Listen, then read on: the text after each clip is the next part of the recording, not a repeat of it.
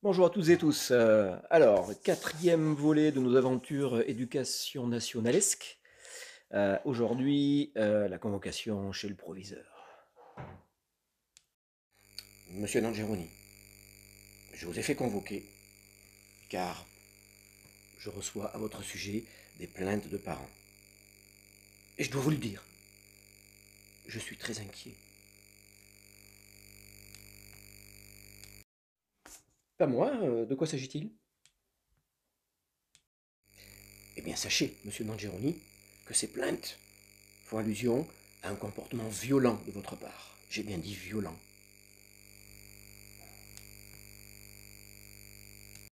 Ah oui, violent, rien de moins que ça. En effet, vous demanderiez aux élèves de ne pas tenir en cours des propos grossiers. Mais vous comprenez que vous les déstabilisez. À peine entre-ils en cours, à peine s'installent-ils, que déjà vous leur donnez une conseil d'une telle violence psychologique. Ah bah oui, tu parles. Et ce n'est pas fini. Je note, car apparemment, en plus, vous-même adoptez un vocabulaire agressif en demandant aux élèves, tenez-vous bien, monsieur Langueron, d'ouvrir leur manuel d'histoire. Je confirme.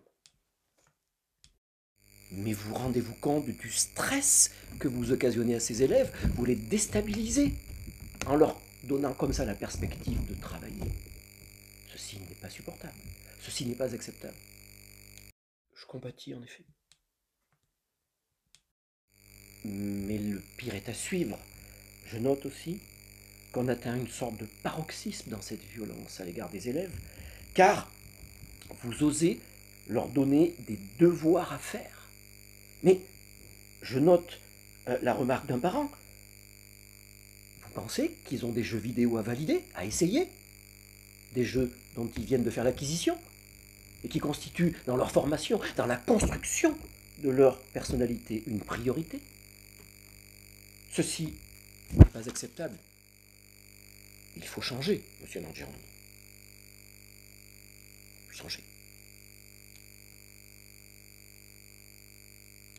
Alors, monsieur le proviseur, sachez que je ne changerai pas. Je ne changerai d'ailleurs jamais, restant fidèle à mes convictions.